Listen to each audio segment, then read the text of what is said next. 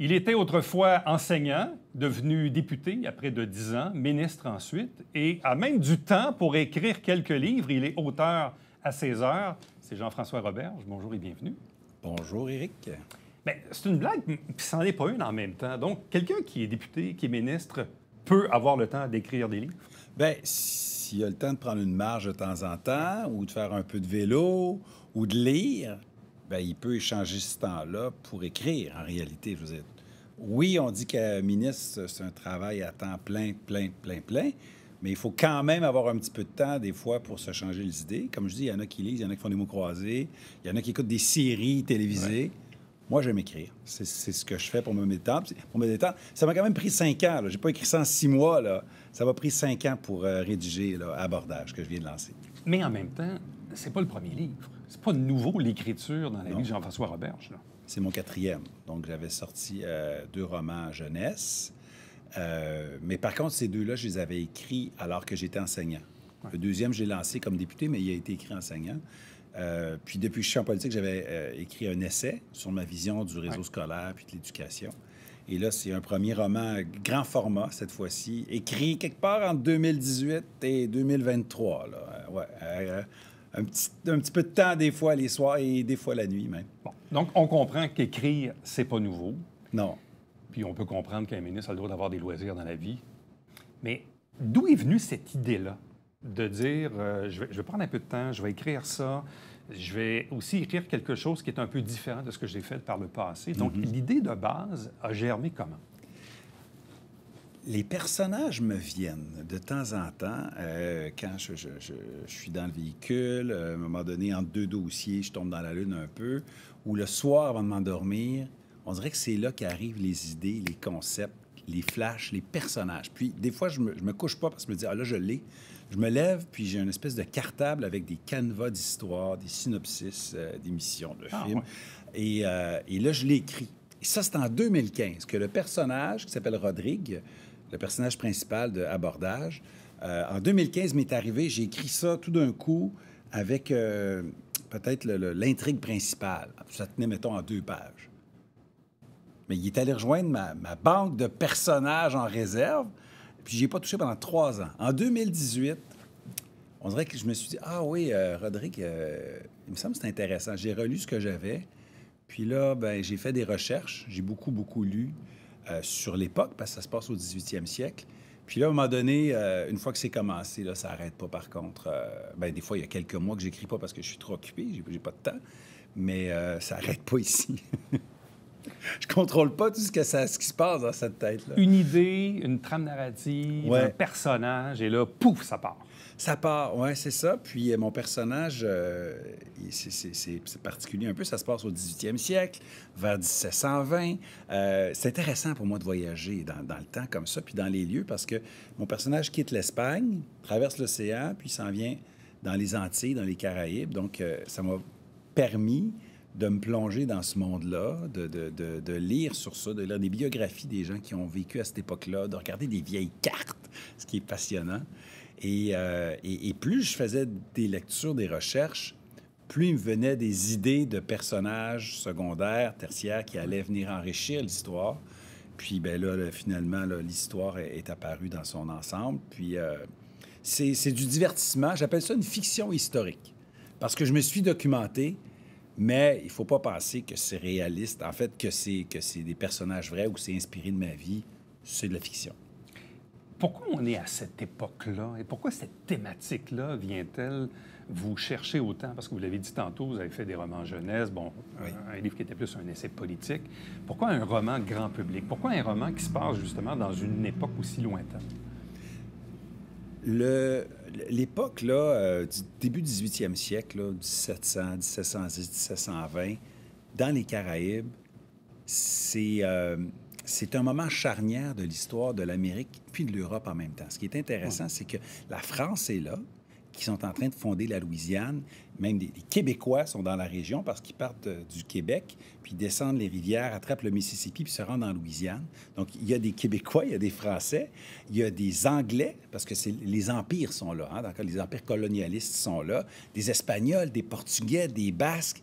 Et tout ce monde-là découvrent le Nouveau Monde, chacun à travers sa lunette, et essaient de s'approprier une partie du Nouveau Monde. C'est pas pour rien qu'en Amérique, on parle beaucoup portugais, espagnol, anglais et français, mais c'est parce que c'est ces 4 pays-là, ces 4 empires-là qui sont venus ici.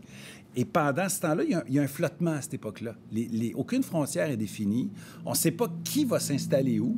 Et il y a les gens qui habitent là. Il faut penser, quand on dit qu'ils ont découvert les Amériques, attention, il y avait du monde qui habitait ici. Les Autochtones étaient déjà là. Et ce choc des cultures-là, ce moment, ce point de bascule-là, je le trouve très intéressant. Puis d'amener mon personnage principal précisément à cet endroit-là, dans ce moment-là, je trouvais que c'est un moment où tout est possible. Puis ça peut permettre toutes sortes d'histoires assez extraordinaires. Bon, sans vendre les punchs, bien évidemment. Le personnage, il va vivre quoi comme aventure au juste? Il va vivre un grand choc des cultures, là. Il y a à peu près 20 ans, Rodrigue. Il est le fils d'un célèbre capitaine qui a fait très souvent le voyage entre l'Espagne puis l'Amérique. Il revient tout le temps avec des bateaux remplis d'or, d'argent, de richesses. Donc, pour Rodrigue, son père, il est extraordinaire. L'Espagne, il n'y a rien de mieux que ça. Le roi, c'est le champion toute catégorie. Donc, il part et embarque sur le bateau de son père, rempli de certitudes, là. Puis lui, il s'en vient poursuivre la sainte mission de son père. Puis quand il arrive ici, il se rend compte qu'il n'y a pas juste l'Espagne, que finalement, les richesses qu'il ramène, ils les ont pris à quelqu'un, ils les ont pris, je veux dire, ils les ont volés. Et là, il perd toutes ses certitudes. Il ne sait plus vraiment qui il est, qui il veut être. Puis à ce moment précis-là, son bateau se fait aborder, le titre c'est Abordage, par un bateau pirate. Et là, il se trouve être pris en otage. Et là, j'arrête pour ne pas brûler tous les punchs. Mais je voudrais que là, c'est le point de bascule ultime. Parce qu'à partir de là, il va vivre toutes sortes d'aventures, de l'amour, des trahisons, etc., des chasses au trésor, tout ça. Le thème de la piraterie est drôlement intéressant parce que on dirait que de nos jours, on entend moins ce terme-là, quoique dans les années 80, il y avait des pirates de l'air, entre autres. Oui. Mais à une certaine époque plus lointaine, évidemment, il y avait de la piraterie sur les bateaux, quoiqu'il en existe peut-être encore aujourd'hui. Mais ce thème-là peut aller loin là-dedans, dans la piraterie, là. Oui, et ce qu'il y avait d'intéressant à l'époque, c'est que, je vous ai parlé tantôt des empires qui ont tous leur roi, leur gouverneur. Il y a des gouverneurs en Haïti qui s'appelaient Hispaniola. Bon, il y a toutes sortes de personnes qui représentent les rois européens en Amérique. Mais chaque bateau pirate devient comme un État, comme une république en soi. À l'époque, c'est comme ça qu'ils fonctionnaient. Et eux, alors que le monde était divisé tout en grandes monarchies, eux vivaient en démocratie, les pirates. Ils élisaient un chef, un capitaine, et ils pouvaient aussi le destituer. Parfois, ils le tuaient, mais ils pouvaient aussi voter contre et changer de pirate, et changer de capitaine. Et en plus, ce qui est le plus fascinant, c'est que sur ces bateaux-là, toutes les nations s'y retrouvaient. Il y avait sur un navire pirate, il pouvait avoir quelques anciens esclaves qui s'étaient enfuis, donc des gens d'Afrique. Il pouvait avoir des Français, des Anglais, des Espagnols qui, eux, vivaient finalement un peu à l'extérieur de l'ordre établi. Et ça, je trouvais ça intéressant aussi. Bon, quand on regarde ça avec nos yeux d'aujourd'hui, pour le lecteur, évidemment, c'est un bon divertissement. On apprend des choses aussi en même temps. Qu'est-ce que vous voulez que le lecteur retienne à la fin de tout ça? Au-delà d'avoir passé un bon moment, de s'être bien diverti, qu'est-ce que vous voulez que le lecteur retienne? Bien, ça, c'est une très bonne question. Parce que pour moi, c'est un livre de divertissement. J'appelle ça une fiction historique parce que j'ai fait mes recherches, je l'ai bien campé dans l'espace et dans le temps. Bien, j'espère que le lecteur comprendra mieux ce qui se passait à ce moment-là, à cette époque-là. Mais j'ai pas une perspective moralisatrice. J'ai pas une morale à la fin où là, je veux un peu faire la leçon aux gens. C'est du divertissement. Mais peut-être, si j'ai à nommer quelque chose, je vais dire qu'il faut accepter de changer de point de vue puis de changer de perspective. Accepter de faire des rencontres qui nous déstabilisent puis accepter de se remettre en question. Et ça peut s'appareiller à ce qu'on est aujourd'hui? Bien, à ce que j'espère qu'on est aujourd'hui. J'espère que chaque personne qui écoute l'émission aujourd'hui et pas camper sur ses positions. Je ne dis pas parce qu'on pensait quelque chose en 2015 qu'on est obligé de penser la même chose en 2023, puis en 2033, puis en 2043. Le contexte change. Il ne faut pas rester prisonnier de notre bulle. Les médias sociaux ont tendance à nous enfermer dans notre bulle où, parce qu'on clique «j'aime» sur un certain nombre de choses, l'algorithme nous renvoie tout le temps plus de ce qu'on aime. Puis c'est comme si on est tout le temps conforté dans nos opinions. Puis moi, je pense que du choc des idées naît la lumière, puis il faut être entouré de gens qui ne pensent pas toujours comme nous, en réalité. Bon, vous avez eu votre lancement il y a quelques jours. D'ailleurs, je regardais quelques-unes des photos. Évidemment, la mairesse de Chambly qui est venue vous saluer, Alexandra, qu'on va recevoir sous peu. Mais j'ai vu aussi que le premier ministre, qui a d'habitude un horaire assez chargé, a eu du temps pour assister à votre lancement. Oui, c'est ça. J'ai fait un lancement à Québec, près du Parlement. Et puis là, ben, j'avais le premier ministre, quand même, qui m'a fait l'honneur de venir. Mais vous savez que c'est un grand lecteur. C'est un passionné de lecture. Donc, il était là. J'avais des collègues, des attachés politiques, des députés, etc. Puis j'ai fait un lancement aussi dans mon comté, parce que je trouvais ça très important de faire ça là où j'ai mes racines, à Chambly, dans une librairie aussi, à la librairie Larico, une librairie indépendante. Je trouvais ça important. Donc, j'ai été très, très chanceux d'avoir la chance de faire 2 lancements avec deux publics différents. Bon, vous parlez de lecture, vous parlez du premier ministre. Vous avez été vous-même ministre de l'Éducation quelques années. C'est bizarre parce que la lecture, c'est souvent, autant pour écrire que pour lire, ça prend du temps. Et bon, on se dit, bon, un premier ministre aussi a un pas pire horaire dans la vie, mais bon, visiblement, il trouve le temps de lire. Et souvent, il en parle dans ses propres entrevues. Je trouve ça intéressant qu'il assiste à votre propre lancement. Donc, ça veut dire que on peut à la fois écrire ou lire en autant qu'on se donne du temps pour le faire. Le temps, il faut le prendre. Il faut le prendre. Puis lire toutes sortes de choses, là, des choses sérieuses, des choses moins sérieuses.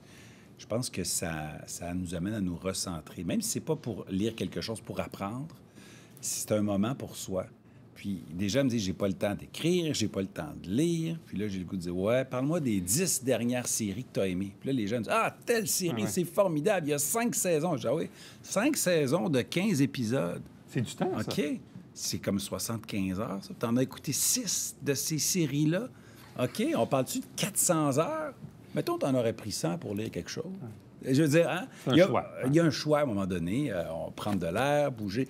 L'équilibre est peut-être là. Je ne veux pas être moralisateur de ne pas écouter la télé. J'en écoute aussi. J'écoute des séries aussi, comme tout le monde. Mais il y a du temps pour lire, puis il y a du temps pour écrire, si on veut le faire. C'est quoi l'importance dans tout ça? Parce que, bon, vous étiez enseignant, député, oui, ministre de l'Éducation, maintenant ministre de la langue française. On est toujours un peu dans la même trame narrative. C'est un prof qui devient député, qui devient ministre, qui est ministre de secteur d'activité. On parle d'éducation puis de langue française. Merci de l'avoir remarqué. Non, mais on est pas mal... Il y a une cohérence. Oui, c'est cohérent. Oui. C'est cohérent. Oui. Mais ça se résume comment l'importance de la lecture dans la vie? Bien, je le répète. Je pense que c'est important de lire des choses qui nous intéressent. Moi, je lis toutes sortes d'affaires. Je lis des biographies très, très sérieuses. Je lis des romans un peu niaiseux, un peu légers, c'est correct. Je lis le magazine Protégez-vous. Je lis le magazine L'Actualité. Donc, magazine, roman, biographie, il faut lire ce qui nous plaît, ce qui nous est utile.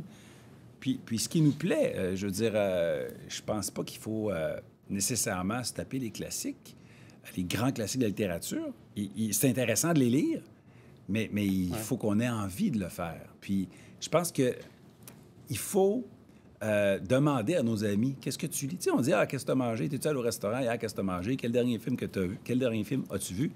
Quel dernier livre as-tu lu? Est-ce que tu me le recommandes? Ça aussi, ça peut être intéressant de demander ça à nos amis puis aux membres de notre famille parce qu'ils nous connaissent bien, ils savent qu'est-ce qu'on va apprécier. Est-ce qu'il y a d'autres projets d'écriture sur la table? Bien, il y en a trop. Il y en a trop, là. Je vous ai parlé de mon fameux cartable à idées. Vous savez, j'ai publié 2 romans adolescents. J'ai le canevas pour le 3 pour la suite, mais ça fait des années que je n'y ai pas touché. Mais un jour, probablement que ce personnage-là va juste s'imposer dans ma tête. Il va falloir que je l'écrive. J'ai commencé, il y a quelques années, un recueil de contes et légendes québécois. Il est assez avancé, puis là, il a été mis de côté. Donc, peut-être qu'un jour, il va s'imposer à moi. Mais là, je suis dans mon histoire avec mon personnage, Rodrigue, Et aussitôt que j'ai terminé le abordage, j'ai déjà eu l'idée de la suite. Donc, ça fait quelques semaines que j'y ai pas touché. C'est pas tous les jours, mais il est quand même là. D'après moi, le prochain livre que je vais faire, sauf erreur, ça va être la suite d'abordage. Mais autant que j'ai, C'est sûr. ça va prendre des années. Tu ne peux pas faire ça 10 heures par semaine. Là. Ça va prendre des années avant de publier le prochain. En quelques secondes, le chapeau de député ou le chapeau de ministre, c'est quoi les principaux dossiers là, ardents en ce moment là, qui vous tiennent à cœur? Bien, en ce moment, dans le comté, quand même, on a le plus gros investissement privé de l'histoire du Québec. Nordvolt est arrivé la semaine passée. J'étais avec le premier ministre, les premiers ministres, quand même. On avait M. Trudeau, M. Legault à Montréal la semaine passée pour annoncer ça. C'est à cheval à Saint-Basile-le-Grand, puis à McMasterville, Saint-Basile qui est dans mon comté. Donc, faire atterrir ce méga projet correctement, je vous dirais que c'est au centre de mes priorités en ce moment. Puis, avec tout le reste, là, j'ai pas changé de priorité. L'assainissement de la rivière Richelieu, la construction de l'école secondaire, l'école privée, l'école publique, pardon. J'ai une secondaire puis une primaire. J'ai une maison des aînés qui est en train de se construire. Évidemment, il y a toujours à boire et à manger. Il y a beaucoup de dossiers, là, mais je vous dirais que le dernier sur le dessus de la pile en ce moment, c'est Nordvolt. Jean-François Roberge, merci beaucoup. Merci. Au plaisir. Donc, lancement de Abordage, ce roman signé Jean-François Roberge aux éditions Tisser, c'est bien ça? Exactement. Donc, Abordage, c'est bien sûr disponible en librairie. Merci beaucoup. Merci. Restez avec nous. On vous revient après ceci.